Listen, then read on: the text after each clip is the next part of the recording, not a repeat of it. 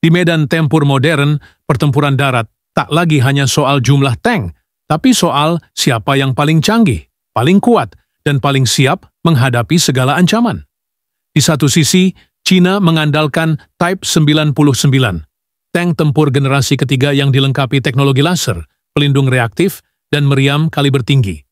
Di sisi lain, Israel punya Merkava, sang legenda dari padang gurun yang dikenal tangguh, penuh perlindungan, dan dilengkapi sistem pertahanan aktif tercanggih di dunia, Trophy APS. Pertanyaannya sederhana, jika dua raksasa lapis baja ini bertemu di medan perang, siapa yang akan menang? Type 99 dibangun untuk kecepatan dan daya gempur. Menggabungkan desain Soviet dengan inovasi lokal Tiongkok, tank ini bisa meluncur hingga 80 km per jam di medan datar, dilengkapi meriam 125 mm, dan bisa menembakkan rudal anti-tank langsung dari larasnya. Sementara Merkava dirancang berbeda, fokus pada perlindungan kru, distribusi bobot unik, dan sistem pendeteksi ancaman otomatis. Tank ini tak cuma menahan serangan, ia menganalisis dan membalas secepat kilat. Dua filosofi berbeda, dua kekuatan besar dari Asia dan Timur Tengah, kini bertemu dalam satu perbandingan epik. Siapa yang lebih unggul? Tank serbu cepat milik Cina atau benteng berjalan buatan Israel? Simak perbandingan lengkapnya. Karena pertarungan ini bukan sekadar soal baja dan peluru, tapi tentang strategi, kecanggihan, dan dominasi di era perang modern. Di jantung Timur Tengah, ketika negara-negara bersaing dalam perlombaan senjata dan strategi medan perang, Israel hadir dengan sebuah inovasi militer yang menjadi simbol dominasi daratnya, tank tempur utama Merkava. Nama Merkava sendiri berarti kereta perang. Dan memang, kendaraan lapis baja ini adalah simbol kekuatan tempur Israel yang dirancang khusus untuk bertahan hidup dalam pertempuran jarak dekat dan lingkungan padang pasir yang ekstrim. Sejak pertama kali dikembangkan pada tahun 1970-an, Merkava telah berevolusi menjadi salah satu tank paling menakutkan dan paling inovatif di dunia, terutama dalam varian terbarunya, Merkava Mark IV.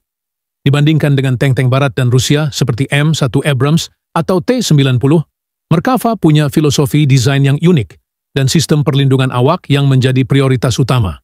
Merkava Mark IV ditenagai oleh mesin diesel V 12.500 tenaga kuda buatan Jerman yang memungkinkan tank seberat 65 ton ini melaju hingga kecepatan 64 km per jam di medan datar.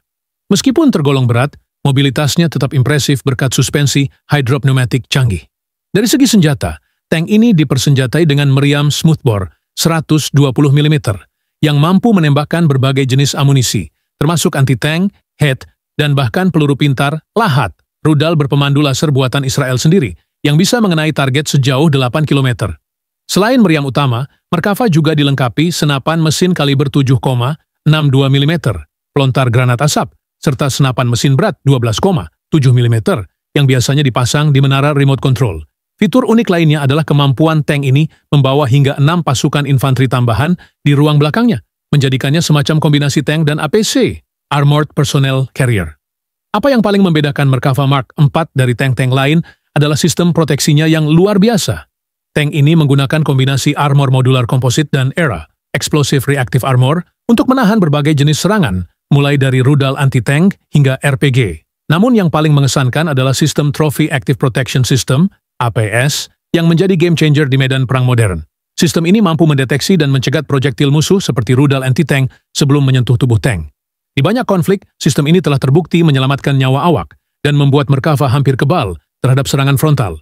Selain itu, teknologi kontrol tembakannya sangat canggih, mampu mengunci target dalam kondisi cuaca buruk, malam hari, atau ketika tank sedang bergerak penuh kecepatan. Merkava bukan sekadar prototipe atau pameran kekuatan. Tank ini sudah terbukti di medan perang nyata, mulai dari Perang Lebanon, konflik Gaza, hingga bentrokan perbatasan. Di setiap konflik tersebut, Merkava menunjukkan superioritasnya dalam bertahan dan menyerang di wilayah sempit dan berbatu.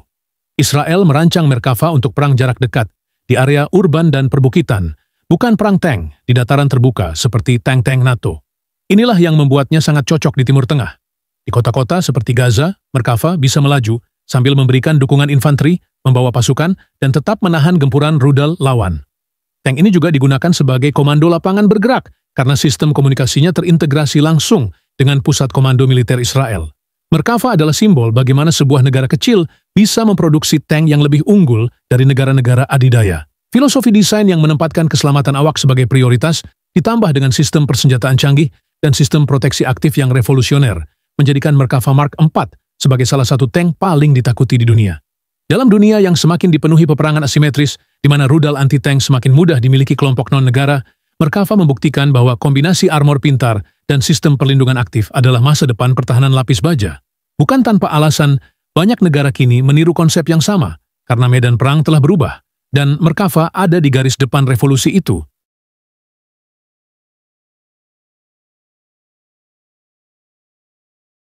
Dalam sejarah militer modern, tank bukan sekadar kendaraan tempur, melainkan simbol supremasi di medan perang darat. Di antara sekian banyak tank yang pernah diproduksi, dua nama paling mencolok adalah T-90 dari Rusia dan M1 Abrams dari Amerika Serikat. Keduanya mewakili filosofi militer yang sangat berbeda. Rusia mengedepankan kesederhanaan, mobilitas, dan produksi massal. Sementara Amerika membangun Abrams dengan lapisan baja tebal, sistem elektronik mutakhir, dan daya tembak brutal. Seiring meningkatnya ketegangan global dari Eropa Timur hingga Timur Tengah, pertanyaan yang terus mencuat adalah, jika keduanya bertemu di medan perang terbuka, siapa yang akan unggul? T-90 adalah tank tempur utama generasi ketiga buatan Ural-Vagon-Zavod, yang mulai diproduksi sejak awal 1990-an. Tank ini berbobot sekitar 46 ton dan ditenagai mesin diesel V92S2 yang menghasilkan 1000 tenaga kuda. Sementara M1 Abrams, khususnya varian M1A2 SEP V3, beratnya mencapai lebih dari 68 ton dan ditenagai oleh turbin gas Honeywell AGT1500 yang menghasilkan 1500 tenaga kuda.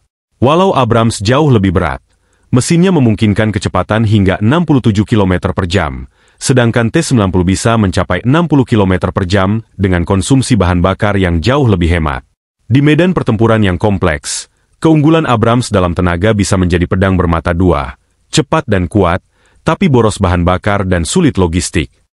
M1 Abrams terkenal dengan armor komposit yang diperkaya uranium, memberikan perlindungan luar biasa terhadap peluru kendali dan RPG. Abrams juga memiliki sistem pemadam kebakaran otomatis dan sistem pelindung aktif untuk menghadapi ancaman modern.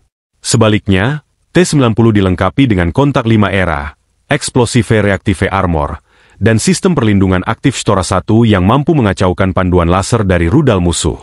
T-90 juga dirancang agar lebih rendah dan sulit terdeteksi, dengan siluet yang lebih kecil dibanding Abrams. Di sisi pertahanan, Abrams menang dalam kekuatan armor, tapi T-90 lebih unggul dalam penghindaran dan survivabilitas berkat ukurannya yang lebih kecil dan desain yang lebih simpel. Dari segi senjata, M1 Abrams menggunakan meriam 120 mm smoothbore Rheinmetall, dengan sistem penembakan canggih yang mampu mengunci target dalam berbagai kondisi cuaca dan medan. Abrams juga punya keunggulan dalam amunisi penetrator kinetik yang sangat mematikan. T-90 dipersenjatai meriam 125 mm 2A46 smoothbore yang mampu menembakkan berbagai jenis amunisi, termasuk ATGM, Anti-Tank Guided Missile, langsung dari laras. Ini memberi T-90 fleksibilitas yang besar, terutama untuk pertempuran jarak jauh. Namun, keakuratan dan sistem targeting Abrams secara umum dianggap lebih unggul, dengan thermal imaging dan komputer balistik yang sangat presisi. Jika bicara di atas kertas, M1 Abrams jelas unggul dalam hal armor, teknologi tembak, dan tenaga mesin. Tapi jangan remehkan T-90. Tank ini dirancang untuk realitas perang sesungguhnya. Cepat, tangguh, dan murah untuk diproduksi massal. Abrams sangat bergantung pada dukungan logistik dan bahan bakar, sedangkan T-90 dapat dioperasikan dengan fleksibilitas lebih tinggi, terutama di wilayah terpencil.